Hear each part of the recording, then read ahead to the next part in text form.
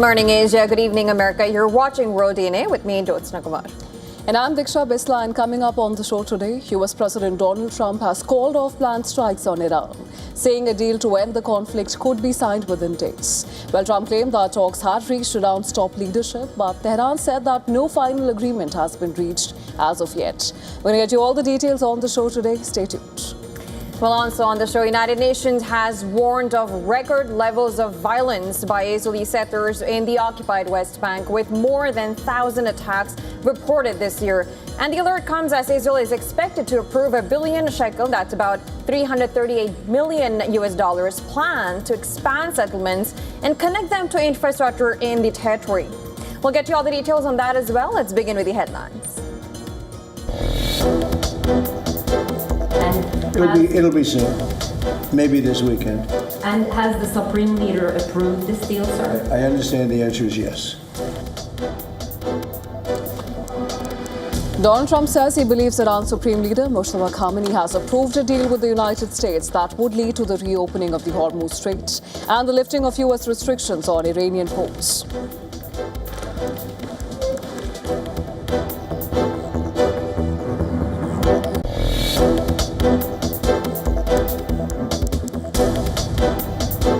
Foreign Ministry spokesperson Nesma Al-Baghia says that Iran has not reached a final decision on any deal with the U.S., despite Trump's claims. Tasnim News notes Trump has announced an imminent deal 38 times in the past 2 months.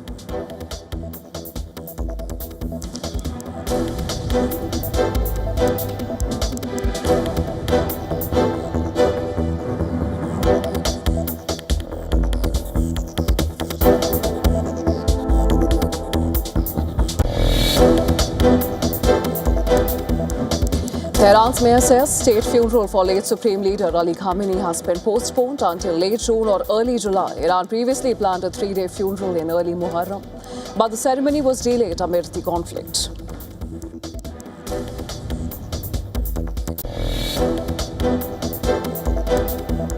Russian drone strike in Ukraine's northeastern Sumy region kills a woman and seriously wounds another. The attack also causes significant damage to a 3-story non-residential building.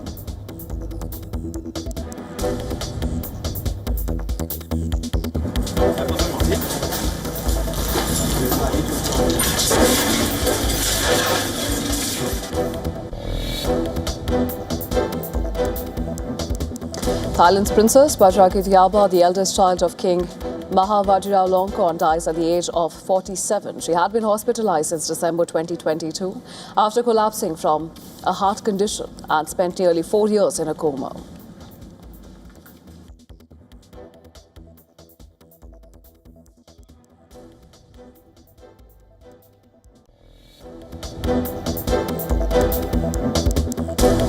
A large fire breaks out at a Medline warehouse facility in California, sending thick black smoke into the air. Emergency crews respond, closing nearby roads and carrying out evacuations.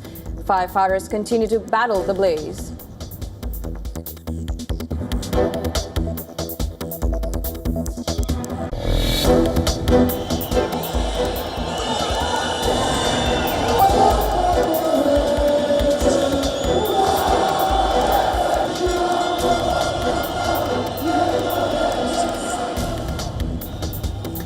Thousands of protesters marched in Albania's capital, Tirana, against a planned luxury resort linked to the Trump family, saying $4.6 billion project threatens a protected coastal area and a key migratory bird habitat.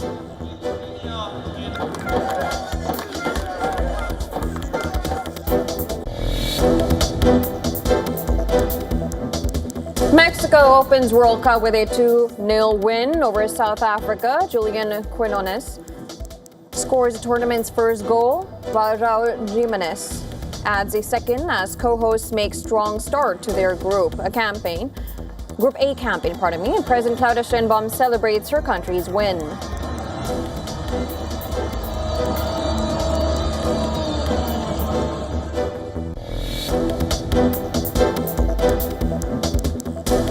A U.S. appeals court has extended a pause on a ruling that blocked President Donald Trump's 10% global tariff. The decision allows the levy to remain in effect while the administration's legal challenge moves forward. Now,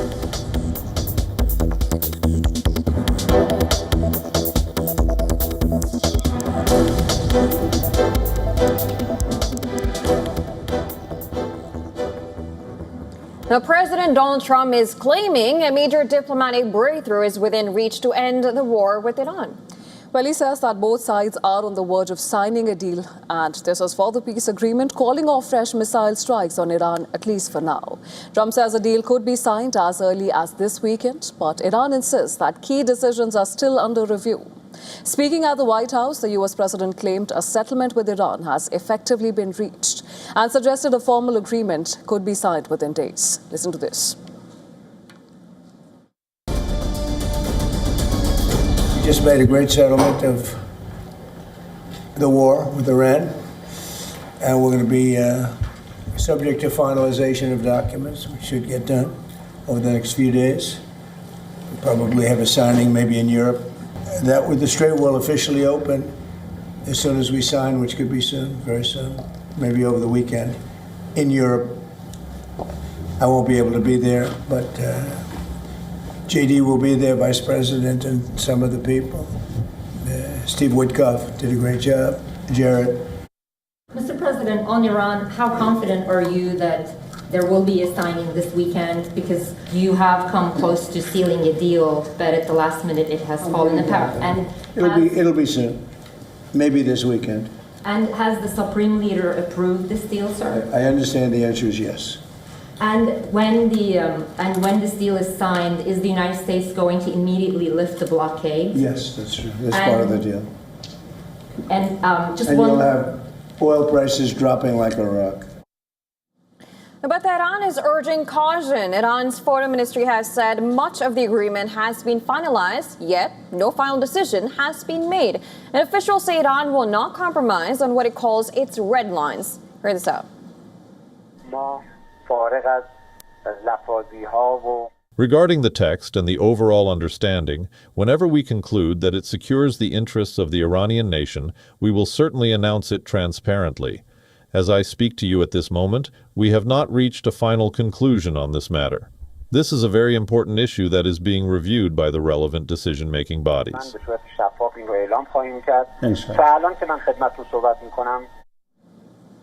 Well, a successful deal would mark the biggest diplomatic breakthrough since the conflict erupted 3 months ago. Washington's key demand remains unchanged. Iran must never acquire a nuclear weapon, while Tehran continues to deny that it is pursuing one. Iran, meanwhile, is seeking the lifting of sanctions, access to frozen assets, and recognition of its control over the strategically vital Strait of Hormuz. The development comes after days of escalating tensions. Trump had earlier threatened severe military action against Iran and even raised the prospect of targeting Kharg Island. That is the hub that handles roughly 90% of Iran's oil exports. The president also claimed regional partners, including Israel and Gulf allies, had backed the negotiations. However, an Axios report said that Israeli Prime Minister Benjamin Netanyahu was not given a heads-up before Trump's announcement. Netanyahu's office said that Israel is not a party to the proposed memorandum. However, the statement added that Trump has vowed any Iran-US deal would include commitments to remove Tehran's enriched nuclear material. It also welcomed the US president's commitments on limiting Iran's nuclear and missile programs.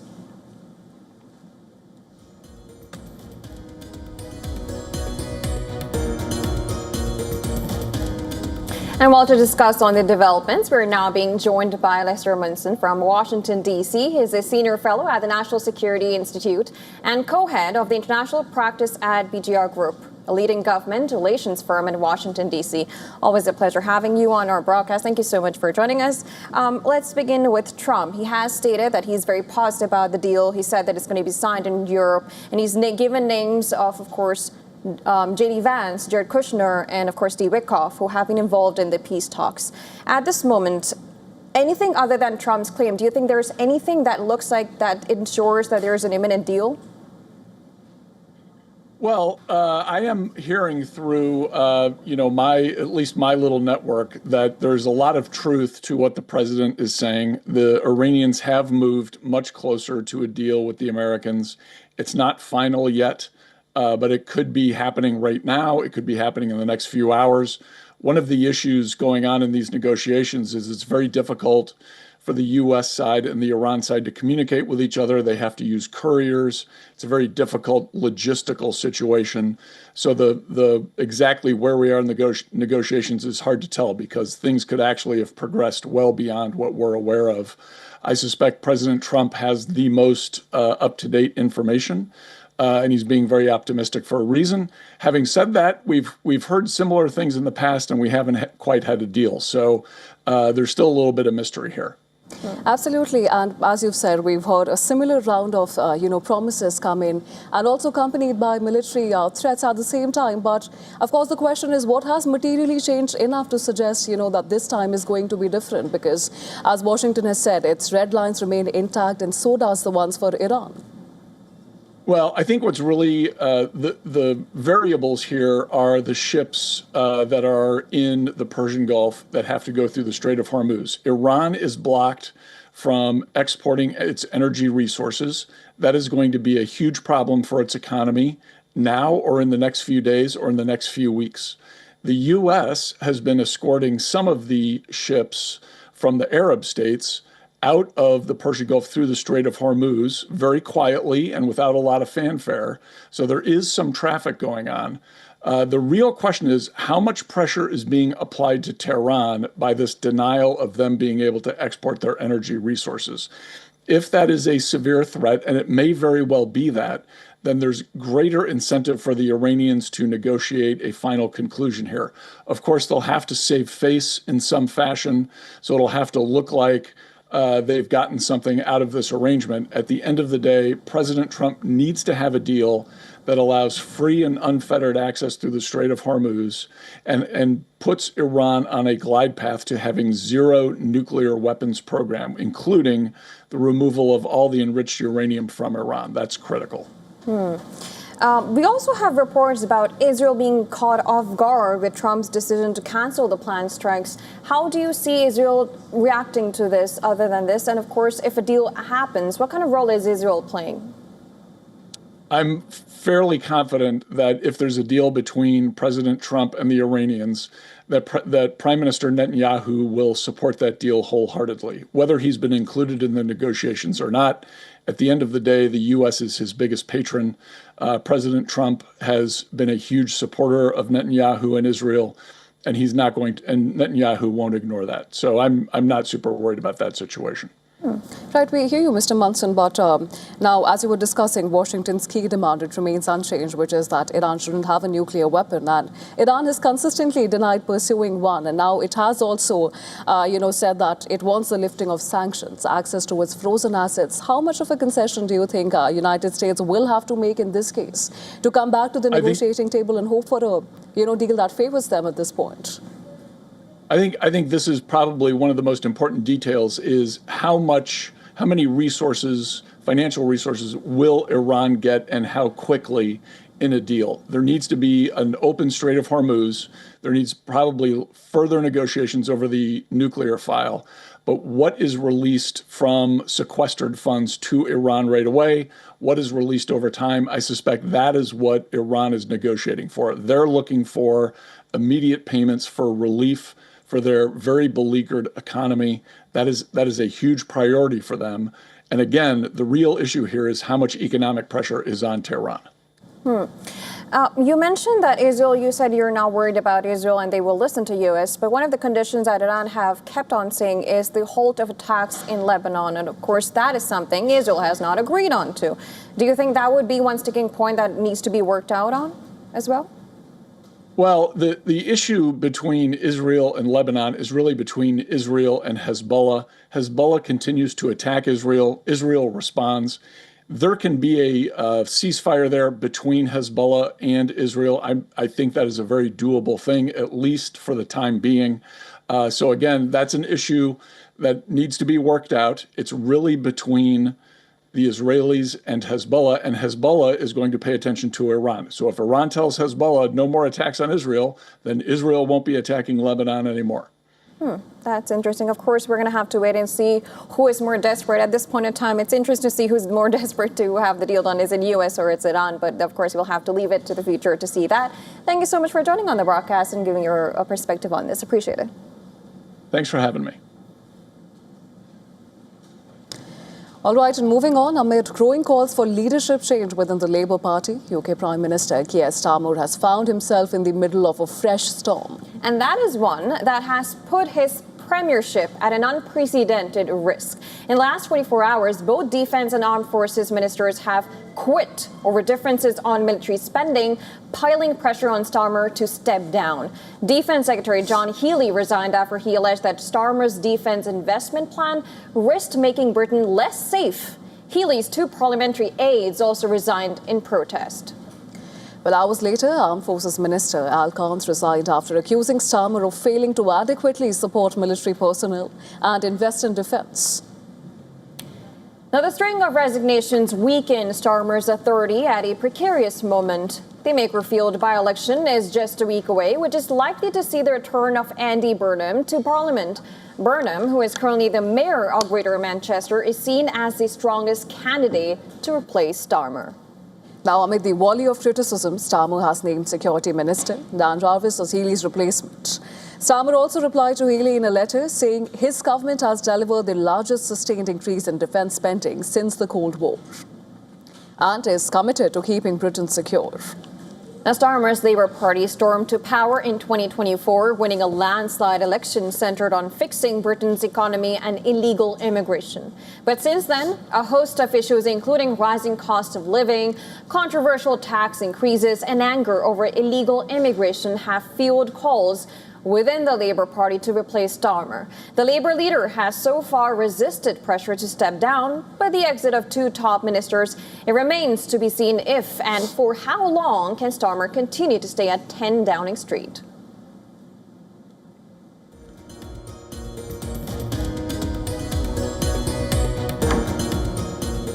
In other global news, Bolivia is facing a deepening political crisis. Thousands of protesters have taken to the streets. Well, and this demanding the resignation of President Rodrigo Paz. Weeks of disruptive protests have paralyzed large parts of Bolivia. Well, miners, teachers, transport workers and other demonstrators marched through the streets. They are demanding President Rodrigo Paz's resignation. Now, Paz is under the heavy deployment of armed riot police. Protesters attempted to reach the government palace in the capital's main square, but security forces moved in using tear gas to prevent them from advancing. The unrest is centered on President Rodrigo Paz's economic reforms. Protesters view these reforms as an attempt to sell off national assets and weaken the country's economic sovereignty. As the political standoff continues, the government is also warning of tougher measures. Earlier this week, President Paz claimed the parliament has already handed him the power to declare a state of emergency. The move could restrict public gatherings and allow the military to assist police in clearing roadblocks across the country. With protesters refusing to back down, the government threatening emergency measures and essential supplies running short, Bolivia appears to be heading towards a deeper political crisis.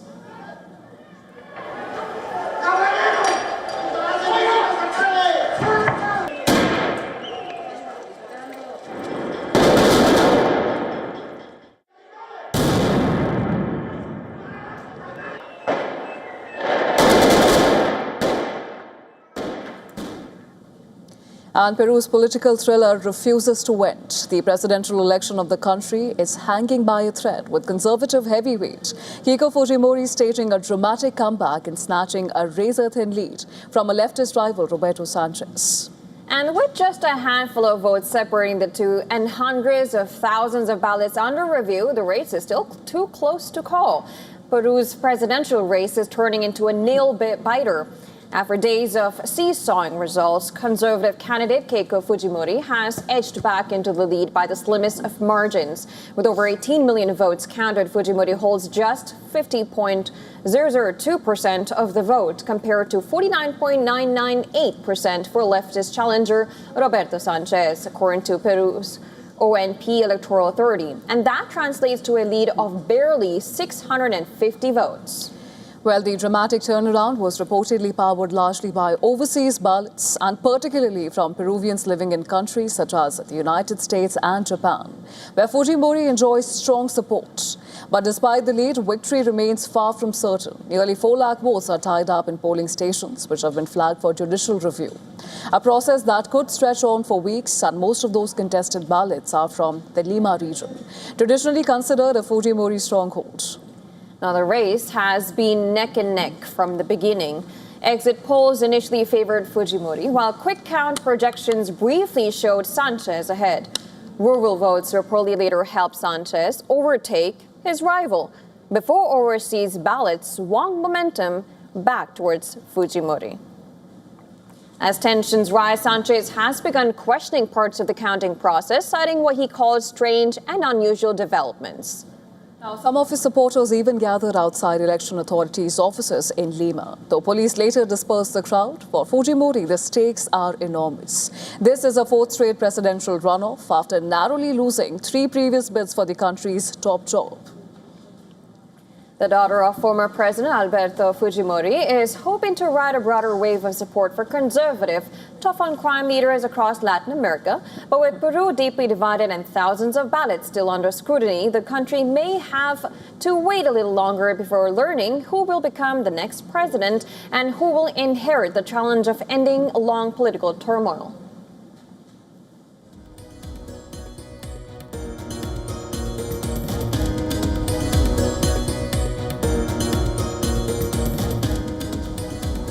Now, as U.S. President Donald Trump prepares to host a mixed martial arts fight at the White House on the 14th of June to mark his 80th birthday, his plan has hit an unexpected roadblock.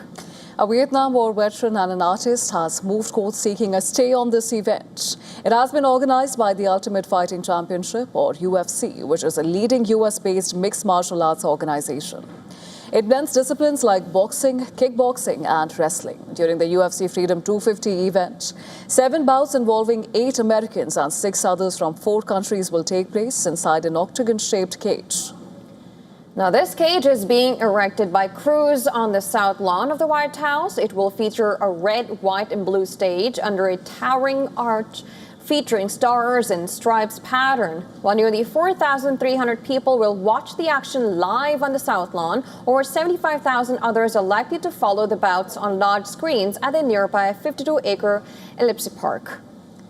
Now let's understand what are the main arguments in the lawsuit. The petitioners accused U.S. officials of circumventing federal rules to allow a private event on government property. They argued that an approval from U.S. Congress was necessary to construct any structure on public land. Additionally, the lawsuit also claimed that no environmental review was undertaken. However, the Trump administration dismissed the need for congressional nod for temporary structures on the White House grounds. It also informed the court that the cage will be dismantled starting next Monday, highlighting that the White House South Lawn has a history of hosting public events. It added that no one was forcing the petitioners to watch this event against their will. Meanwhile, only U.S. troops who meet the military body composition standards will be given free tickets for this event. As per reports, preference will be given to junior officers who are genuinely UFC fans. And this is not all. The military personnel who are selected, they shall need to pay for their journey to Washington, D.C. and wear their short-sleeve dress uniform. Now, the public opinion, though, does not paint a flattering picture for Trump. As per latest Reuters Ipsos poll, which surveyed 4,531 adults in the U.S., only 16% of Americans approved holding a USC event on the White House lawn, whereas 46% deemed it inappropriate. And similarly, only 1/3 of Republicans backed Trump's plan. Before the lawsuit was filed, the U.S. president compared the cage structure to France's iconic Eiffel Tower and hinted that it may never be dismantled. You know, we're building something in front of the White House that's quite attractive to a lot of people. It's going to have the big UFC fight on June 14th. And I'm looking at it and maybe we'll never, ever take it down. With criticism growing over the fact that more than $60 million are being spent on this event by UFC, the U.S. District Court's next course of action will be closely watched.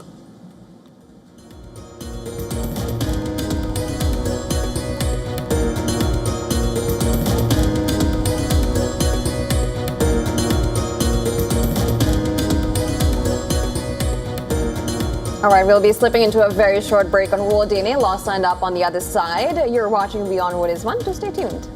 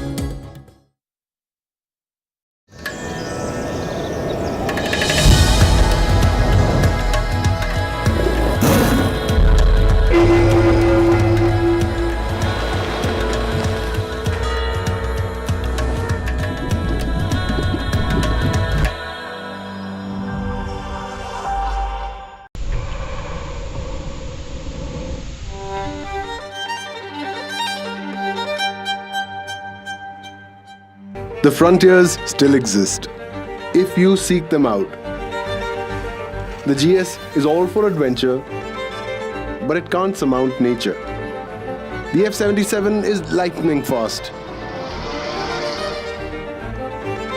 until it needs a recharge. The Ambassador's design was sublime, but it couldn't adapt and survive. Catch all these stories and more on WION Drive at these times.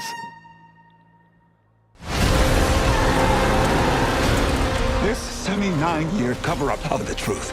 As Disclosure Day hits the big screen, we decode Steven Spielberg's signature filmmaking tropes. एक खास बात कहनी थी. Celebrate 25 years of Amir Khan's Lagan. Oh my God. And meet the team of Brown. All this and much more with me, Rhythm Sharma, on WION E-Club at these times. Where darkness hides behind every corner. Where the truth is stranger than fiction. A show that dives deep into the stories which shock and mystify. Unsolved murders. Psychopaths who defy explanation. International war crimes. And millions swindled in financial fraud. The victims, the accused, and the sinister plot. Crime is your front row seat to darkness.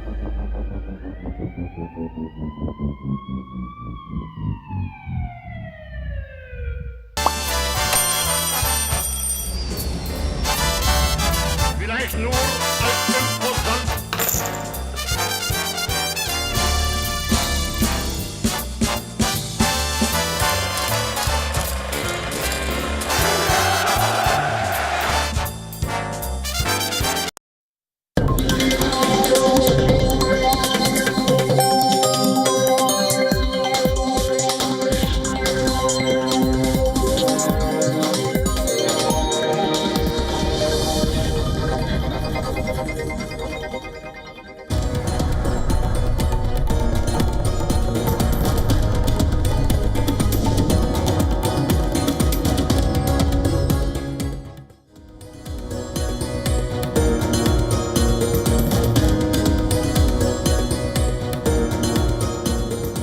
Welcome back. Thanks for staying with us. You're watching WION The World this one, and this is World DNA with me, Jyotsna Kumar, and my colleague Disha Bisla. Let's begin with the headlines.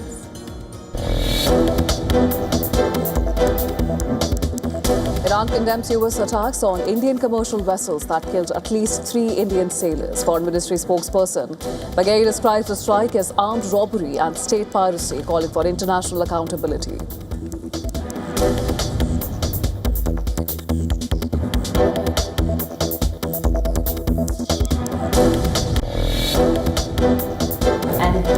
It'll be soon. Maybe this weekend. And has the Supreme Leader approved this deal, sir? I understand the answer is yes.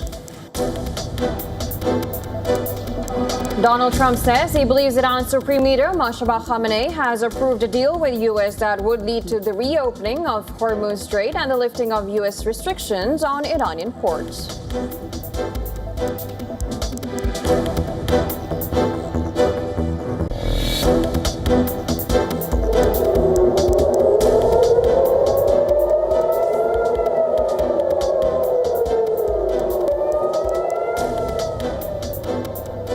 Israeli military says sirens activated in the Metula area of northern Israel due to a suspected hostile aircraft intrusion in the airspace. Officials say the incident is under review and further details are being examined.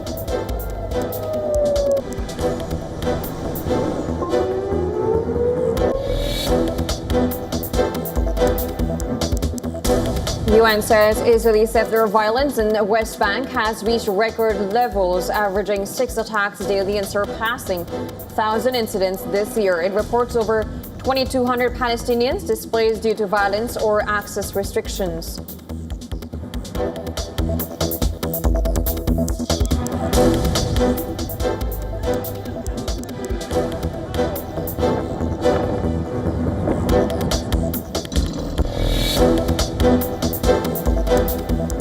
Two people killed and 10 others injured in Ukrainian attacks on Russia's Bryansk border region. Regional governor reports deaths and injuries from shelling in Tuzemka and additional casualties and attacks in Staroda.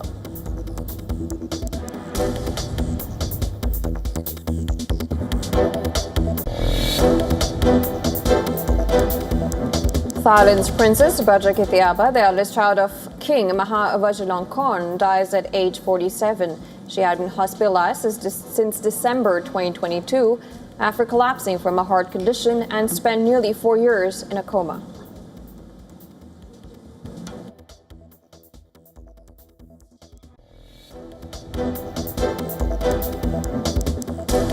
Three people killed after fire breaks out in a building in Delhi's Tughlakabad extension. The blaze spread through the building, causing extensive damage after it started in the ground floor parking area.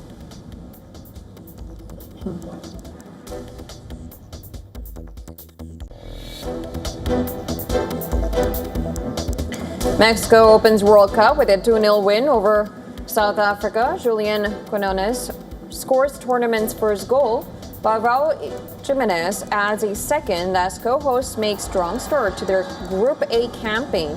President Claudia Sheinbaum celebrates her country's win.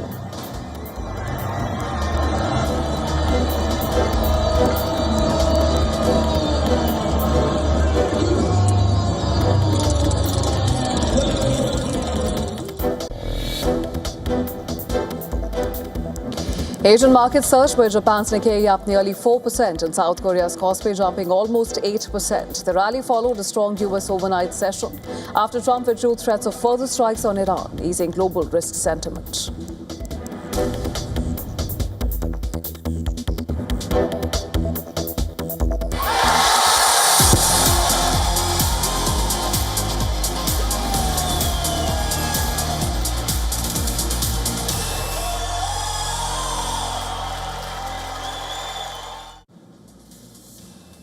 Well, the biggest FIFA World Cup in history is officially underway. Host Mexico opened the 48-team tournament with a commanding win over South Africa in a dramatic curtain raiser at the iconic Estadio Azteca. The host defeated South Africa 2-0 in Mexico City. Julian Quinones etched his name into football history by scoring the tournament's first goal after just 9 minutes. Veteran striker Raul Jimenez then doubled Mexico's lead with a second-half header, delighting more than 80,000 fans inside the stadium. Mexican fans burst into tears across the country after the game.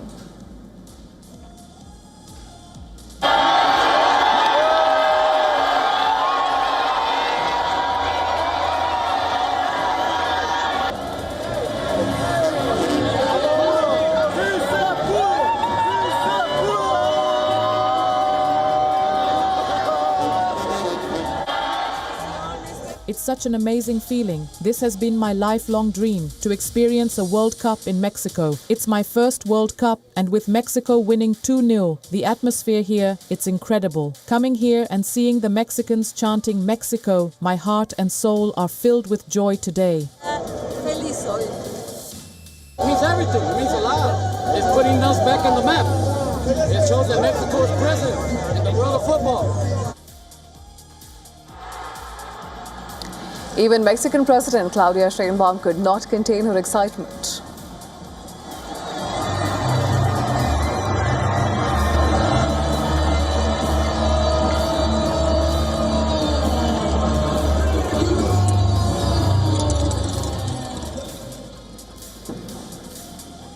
The opening clash was anything but routine. The match saw 3 red cards. South Africa were reduced to 9 men after Swefelo Sithole was sent off for denying a clear goal-scoring opportunity, and Themba Zwane was dismissed for violent conduct.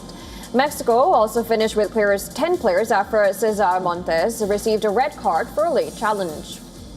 Now, the match also marked another milestone for the legendary Estadio Azteca, becoming the first stadium in football history to host matches at 3 separate World Cups. Before kickoff, fans were treated to a star-studded opening ceremony featuring Shakira, Burna Boy and renowned tenor Andrea Bocelli. But while football grabbed the headlines, controversy off the pitch also threatened to overshadow the global spectacle.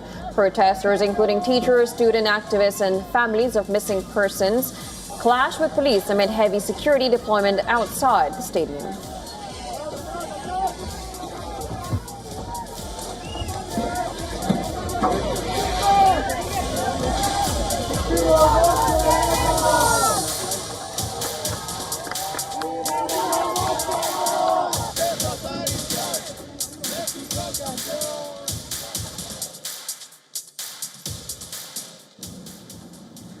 All right, shifting our focus now. In Pakistan-occupied Kashmir, protesters has reaffirmed its struggle against Pakistani government, reiterating that it will not surrender until all its demands are met. In a series on posts on X, the Joint Awami Action Committee said that it is willing to take bullets to the chest and will not retreat under any circumstances. The group further said that its sit-ins are temporary and that it can march into Rawalakot city if the need arises. The Action Committee warned that though their actions are peaceful so far, those participating in the protests were ready to sacrifice lives in hundreds of thousands. According to reports, at least 16 people were killed and 37 others injured on Thursday after Pakistani army personnel allegedly opened fire on a large gathering of protesters at the Edgah ground in Pakistan-occupied Kashmir. About 70,000 people had assembled in Rawalakot city to raise slogans against Pakistan's continued occupation and policies in the region. The demonstrators demanded justice for the 30 people who were killed and several others who were injured in clashes between protesters and security forces in POK on Tuesday. The protesters chanted slogans against Pakistani army and the government leadership, which has now become a rallying cry across the region. The Joint Awami Action Committee has accused the Pakistani establishment of labeling everyone a quote-unquote terrorist willing to fight for their rights. The demonstrations in POK started 2 days ago with ordinary citizens demanding affordable flour, rice, electricity and basic rights, and were crushed by Pakistani army, which opened fire with automatic weapons, resulting in the killing of dozens of civilians. The deadly protests have left roads blood-stained, fields soaked in blood, and grieving families searching for their loved ones. Now, political activist Sardar Aman Khan, who has been leading the movement, criticized the authorities for suppression of protests and called for an independent investigation into the reported deaths and injuries. Khan has also vowed to continue the movement despite the loss of lives. Earlier, protesters took to the streets at various locations across Kashmir Valley, expressing outrage over reported human rights violations and the killing of civilians in Pakistan-occupied Kashmir. Srinagar's iconic Lal Chowk witnessed one of the largest demonstrations as participants raised slogans against Pakistan and the Pakistani army, condemning the reported use of force against civilians in POK.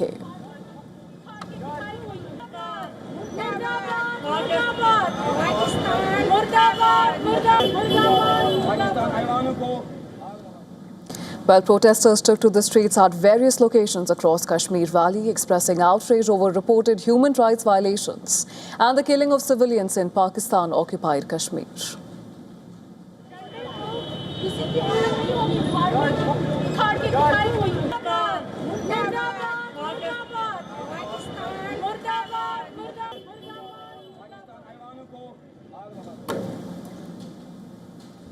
Srinagar's iconic Lal Chowk witnessed one of the largest demonstrations. It is a site that has historically witnessed political gatherings and protests. Demonstrators raised slogans against Pakistan and the Pakistani army, condemning the reported use of force against civilians in Pakistan-occupied Kashmir. Our message for the whole world is that there should be accountability for the atrocities that Pakistan has done to civilians in POK. They have not even spared the pregnant women. The protests have just started, and we will carry on with these protests till Pakistan stops these atrocities. Several protesters even urged for the matter to be taken up through diplomatic channels and pressed the international community to impose sanctions on Pakistan. And this over the human rights abuses in the region, while others called for stronger measures to ensure the safety and protection of civilians living in POK. Now, protests were also held outside the United Nations office in Srinagar's Sonwar area, where participants appealed to international organizations to take cognizance of the situation. The demonstrations were reportedly organized following growing concerns over human rights violations. Protesters demanded an independent investigation into the incidents and accountability for those responsible. Meanwhile, National Conference President Farooq Abdullah also expressed concern over the situation in Pakistan-occupied Kashmir. Speaking to the media, Abdullah said that the United Nations should send a fact-finding mission to the region to investigate the allegations and help bring an end to the reported atrocities. Listen to this. This state is in a difficult situation. The part that is with Pakistan is where oppression is happening today. Many people have been martyred there. Full details of the news are not known. I will appeal to the United Nations Human Rights Committee that they should go there and see what troubles are befalling those people. All right, to give us more details on this, our senior special correspondent Idris Lone has sent us a report from Srinagar. Let's take a look. Protesters took to the streets in various areas of the Kashmir Valley, protesting against the killings that have taken place at the hand of police in Pakistan-occupied Kashmir. Protesters gathered at the iconic clock tower in Srinagar's Gantaghar area, where they raised slogans against Pakistani army and Pakistani establishment for killing the civilian population in the Pakistan-occupied Kashmir. Meanwhile, the protesters also marched towards the United Nations office in Srinagar, where they demanded action against the Pakistani government. Former Chief Minister and National Conference President Dr. Farooq Abdullah also denounced the atrocities that have been taking place in the Pakistan-occupied Kashmir and said that United Nations needs to visit and see what exactly is happening on the ground in Pakistan-occupied Kashmir. With video journalist Irfan, Idris Lone for WION World is One. Now, the skies around Taiwan continue to be a stage for high-stakes intelligence game. And this as tensions simmer across the Taiwan Strait. Beijing now claims that it has spotted what it believes were Japanese surveillance aircraft operating near the island. Well, the alleged mission was watching, tracking and collecting intelligence on Chinese maritime operations. Now, the mainland China maritime authorities say they detected 2 fixed-wing aircraft southeast of Taiwan, while a Chinese maritime task force was conducting patrols in the area. According to Chinese military experts, the aircraft appeared to belong to the Japan Coast Guard, and those experts claim the planes were medium or small-sized crude electronic reconnaissance aircraft designed for surveillance and intelligence collection. They claim the aircraft were sent to monitor the activities of Chinese vessels. The experts also said that the aircraft could have been equipped with optical or electro-optical sensor systems. The reported sighting comes as Taiwan's military carried out exercises simulating the destruction of an invading Chinese force. Troops fired rockets and artillery in the drill designed to repel an amphibious assault under what Taipei described as a more realistic combat scenario. Now, China continues to view Taiwan as its territory and has never ruled out the use of force to bring the island under its control. Chinese warships and warplanes operate around Taiwan almost daily, and this is far from the first spying accusation. Earlier this week, China accused Japan of repeatedly monitoring the training activities of a PLA aircraft carrier task group, and this was in the Western Pacific. China's defense ministry spokesperson has criticized Tokyo for publicly disclosing details of the carrier group's movements and operations. Japan's defense chief reportedly said Tokyo will continue closely monitoring the Chinese task group. Now, the tensions between Tokyo and Beijing have been at its highest since World War II. According to Japanese media, Tokyo's new defense document will name China as the biggest concern, and the tit-for-tat surveillance battle has been building. Now, last November, Japan scrambled aircraft after detecting a suspected Chinese drone near one of its islands located close to Taiwan. In August 2024, Tokyo also scrambled jets after Chinese reconnaissance aircraft, according to Japan, briefly entered Japanese airspace. So the message is perhaps clear. In the contest for information, both sides are watching each other increasingly closely.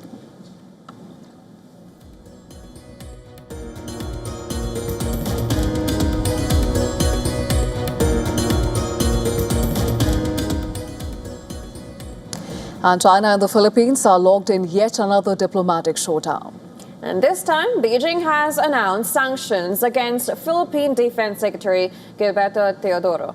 And the move comes amid worsening tensions in the South China Sea, where both sides have repeatedly clashed over competing territorial claims. China has turned up the heat on the Philippines in a sharp diplomatic move, imposing sanctions on Philippine Defense Secretary Gilberto Teodoro, accusing him of making what it called erroneous remarks that harmed China's interests and damaged bilateral ties. The sanctions don't stop with Teodoro. China has also barred his wife and child from entering mainland China, Hong Kong, and Macau. Chinese companies and organizations have been instructed not to engage in any business, cooperation, or transactions with them. Beijing says the measures are necessary to protect its sovereignty, security, and development interests. However, it did not specify exactly which comments triggered the action. The announcement comes against the backdrop of growing friction in the South China Sea. Teodoro has been one of Manila's most outspoken voices against China's actions in the disputed waters. Now, just days ago, he said that countries like the Philippines had no choice but to stand up against what he described as Chinese aggression. The Philippines and China have repeatedly confronted each other in contested areas of the South China Sea, where Beijing claims vast stretches of territory despite an international arbitration ruling rejecting those claims, and tensions remain high. Now, earlier this week, Manila launched a diplomatic protest over what it called the illegal presence of a Chinese floating structure in disputed waters, and both sides digging in and rhetoric hardening. His latest sanctions move adds a fresh diplomatic front to an already tense regional rivalry. The Philippine Coast Guard officials say that the structure appears to be a movable platform and has been deployed by Chinese research vessels operating in the area. Well, China has neither confirmed nor denied responsibility for the structure. However, Beijing has reiterated that its indisputable sovereignty over Scarborough Shoal. China maintains that its activities there are legitimate and only for scientific purposes. The development is important because Scarborough Shoal is a long-standing dispute between the two nations. The triangular reef is surrounded by rich fishing grounds. It lies about 200 kilometers off the Philippine island of Luzon. China has maintained de facto control of the shoal since 2012.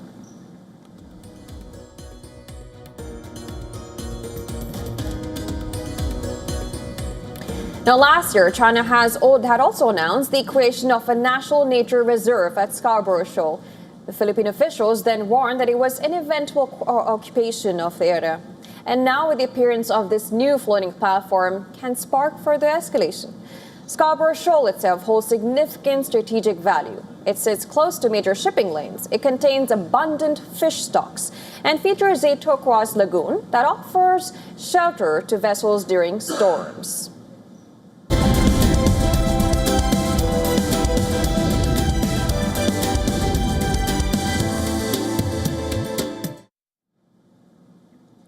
Inflation rose above 2% in March 2021 and has persisted above target ever since.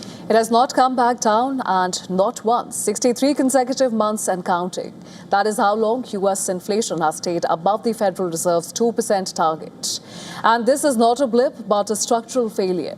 U.S. inflation hit 4.2% in May, which is its highest level since April 2023. That marks the third consecutive monthly acceleration. Energy prices are surging, food costs are climbing. Prices today are 24.3% more expensive than before the pandemic began in February 2020.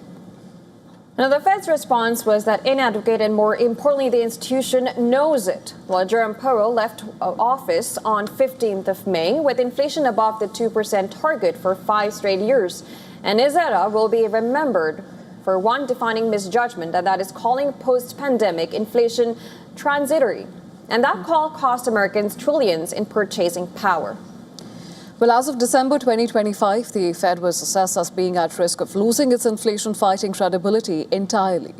Rate cuts were still being pushed through even as prices stayed elevated.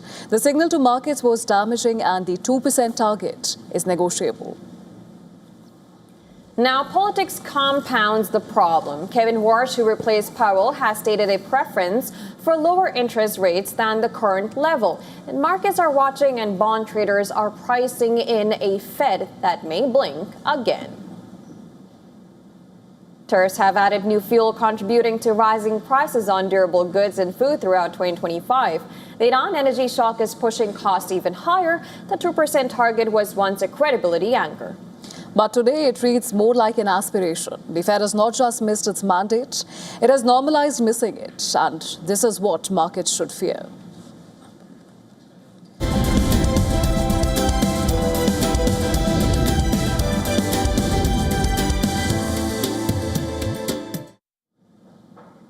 While Poland has approved a new law targeting trash streaming with jail terms of up to 5 years for people who broadcast serious crimes online. And the move is part of a broader effort to tighten controls on harmful online content. Under the law, streaming or sharing footage of crimes such as murder or rape will become a separate criminal offense. The law also targets other types of harmful content, and this includes videos showing cruelty to animals, violence intended to humiliate or degrade people, and content that promotes gambling. While lawmakers said that the same penalties will apply to people who stage or fabricate such crimes during online streams. The new rules form part of a wider push by Poland to regulate online activity. Recent measures have included a ban on mobile phone use by children under 16 in schools, as well as stricter age checks for access to online pornography. The European Union already requires online platforms to remove illegal content under the Digital Services Act. The rules cover materials that promotes violence or shows serious harm during live streams. However, decisions on how to punish the people who create such content are left to individual member states. Now, Polish officials say that the new law is intended to deter people from using online platforms to broadcast or profit from extreme and harmful content.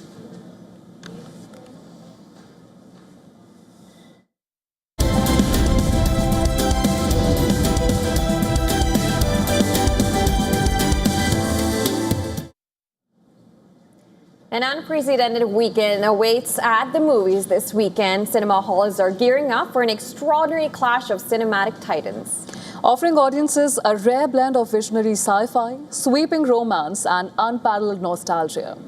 Well, June 12th onwards, theatres will witness releases from 3 stalwarts of cinema: Oscar-winning director Steven Spielberg, Emmy-nominated director Imtiaz Ali, and National Award winner Ashutosh Gorikar. From an extraterrestrial mystery to a partition-era romance and the return of an Oscar-nominated epic, The weekend promises a theatrical feast. Steven Spielberg returns to the genre he revolutionized with his highly anticipated science fiction film, Disclosure Day. The legendary filmmaker dives back into the realm of human-alien contact. The movie features Emily Blunt, who is one of Hollywood's staple faces for sci-fi movies.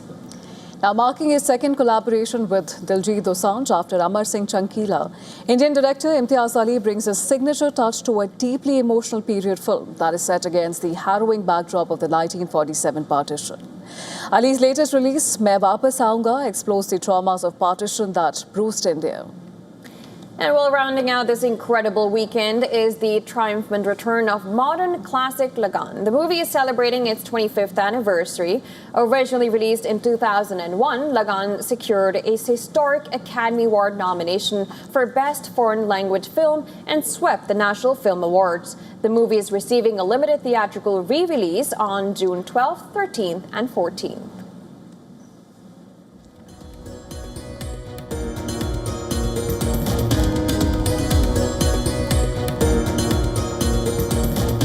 And with that, we call a wrap to World DNA for today. News and updates will follow on the other side. You're watching WION The World this month. Stay tuned.